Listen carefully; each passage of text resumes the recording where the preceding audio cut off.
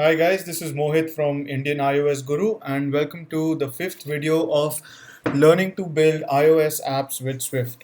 So in this video, we are going to be talking about Swift collection types.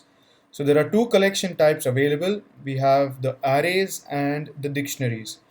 So arrays and dictionaries in Swift are strongly typed, so you can't insert a value of the wrong type even by mistake. So mutability of collections.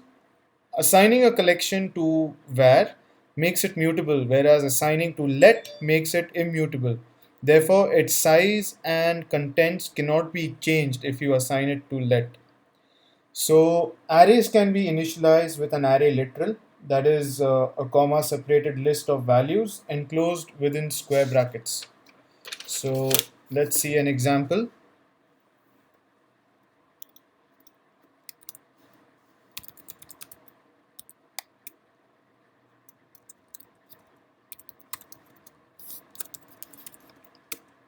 So, let's say I have a var to by list of type array of string. So you can see that the data type of the elements that will go inside this array will be only strings is equal to square brackets, and I can say bread, eggs, and milk. However, as we know Swift has type inference, we can completely skip this part and you can see that everything still works. So to get the length of the array, we can use the dot count property. So we can say let 2 by list length is equal to 2 by list dot count. So you can see we have three elements in this array. So we can also use the bool property is empty to quickly check whether an array is empty or not. So for example, if 2 by list dot is empty, I can say println you have nothing to buy, else I can say println you have backslash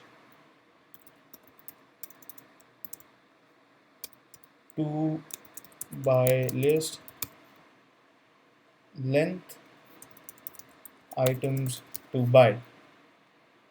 So you can see we get the else part of our code gets executed and you have three items to buy. So to add an item to the end of an array, we can use the append function. So let's say 2 by list dot append, and I can put in butter. And you can see in the output we have the fourth entry in our array. So we can also use the plus or the addition operator to append an array to our array. So let's say for example 2 by list plus equal to. So I'm going to add another array of strings to our existing array. So flour,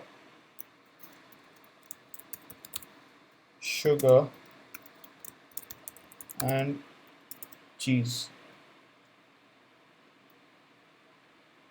So you can see the output. We have these three elements added to the end of our existing array. So we can also insert elements at a specific index. So we can use the following function, which is 2 by list dot insert. Now, what do I want to insert? Let's say, for example, Nutella. At index, I could say 2. So observe that Nutella comes at index number 2. So as you must have guessed by now, array indices in Swift start with a 0. So bread is at index 0, eggs is at 1, and Nutella goes at index 2. So similarly, to remove an item from the array, we can use the remove at index function, which goes like this: remove at index, and we can specify the index that we want to remove. And you can see this returns to you the element that was removed from the array. So that's why it returns just the string milk. And now if you just inspect the array 2 by list, milk would not be present in this array. Here you go. After Nutella, we directly have butter. You can see that milk is not part of this array. So how do we iterate over an array? So we can use the for in loop to iterate over an array. We can say something like for item in 2 by list, and I can simply print ln item. You can see this executes 7 times, and let's inspect. Scroll down, and we have all the elements of our array being printed out one by one. So if it is important for us to know the index number of the elements, we can use the global enumerate function, which returns a 2-member tuple, which is for, I can say, index comma value in enumerate 2 by list. And here I can print ln the index followed by the value. So you see this also executes 7 times, and if I go ahead and inspect, scroll down, so you can see indices are starting from 0 and going up to 6. So even though there are 7 elements, the length is 7, the indices go from 0 to length -1.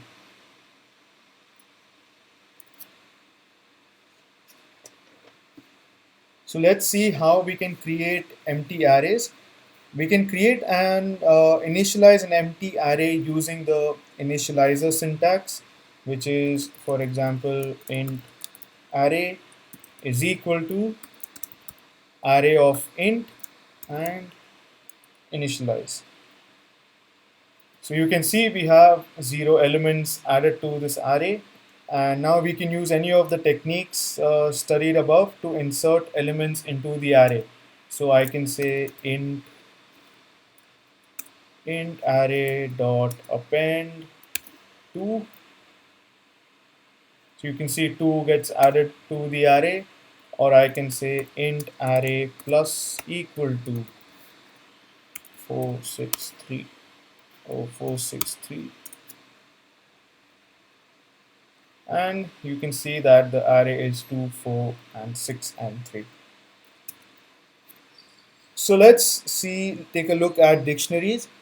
A dictionary is a key value pair data structure. In a dictionary, the key and value are separated by a colon, and each key value pair is separated by a comma.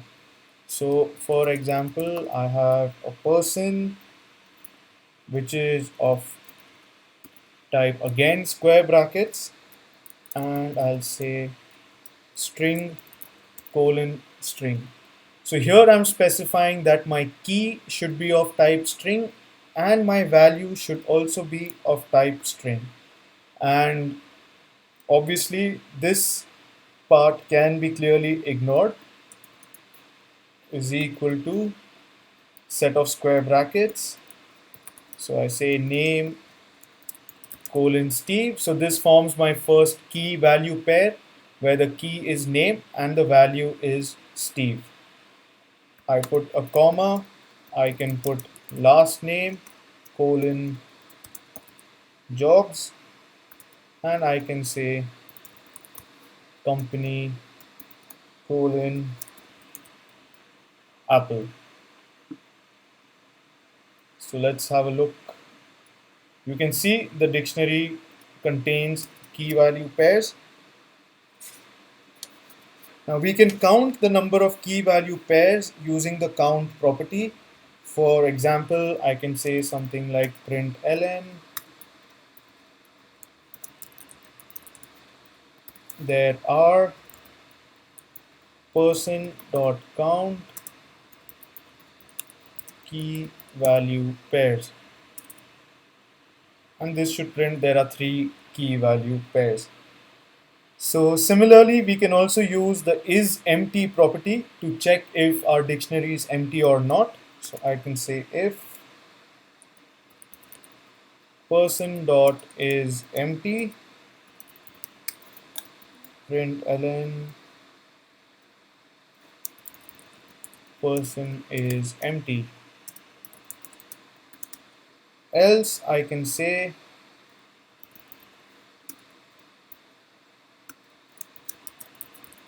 the person dictionary is not empty.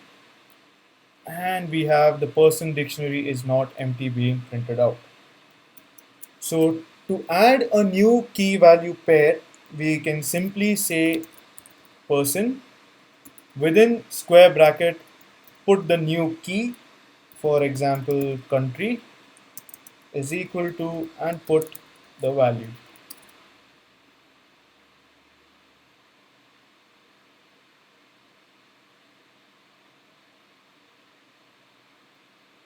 Okay, so you can see that dictionaries are holding optionals. If I just print out person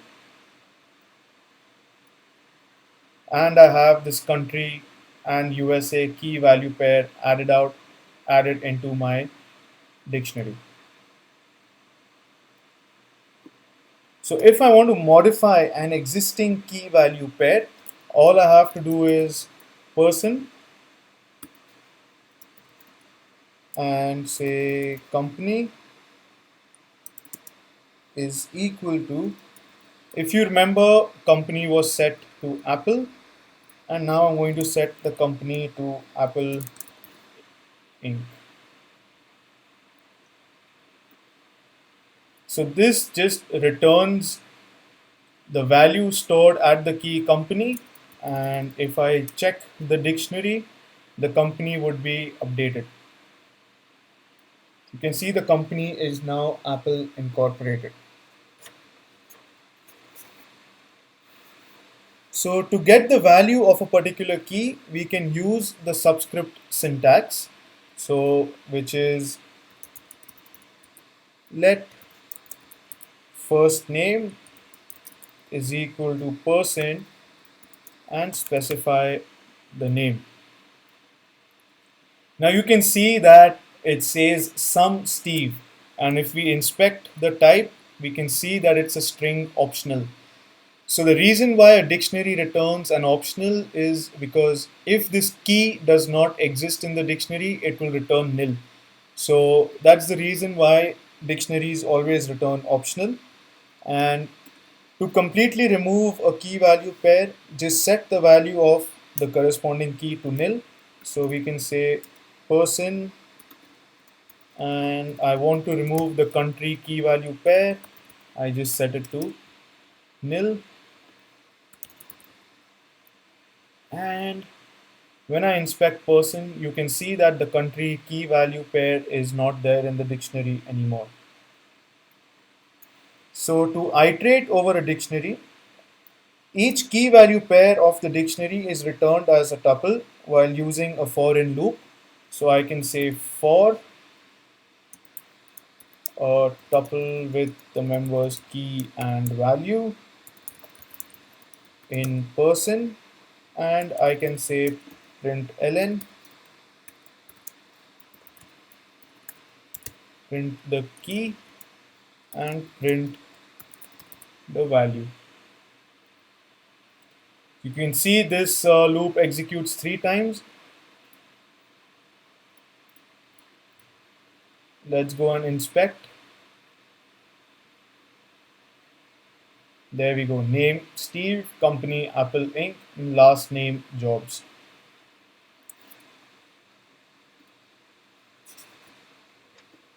So if for some reason we need to inspect just the keys of a dictionary, we can use the keys property of the dictionary.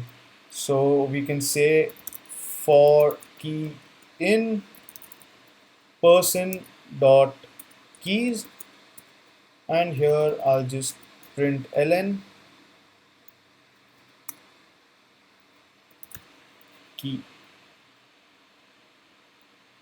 See, this executes 3 times. Let's go and inspect. And you can see the keys are name, company, and last name. So similarly, if we want to inspect only the values, we can say for value in person dot values, and I can print ln just the value. Again, this executes thrice. Let's go and inspect, and we have the corresponding values being printed out. So to create an empty dictionary, again, we can use the string like the initializer syntax, which is something like var int strings is equal to a dictionary of string colon int and initialize. So you can see it says 0 key value pairs, and to add we can simply use one of the techniques we've learned before. For example, int strings, let's say 0 equal to 0,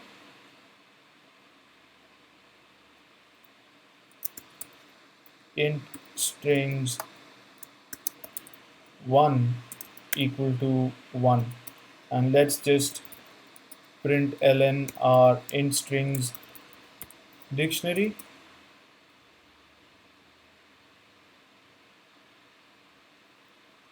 So you can see we have 1 colon 1 and 0 colon 0.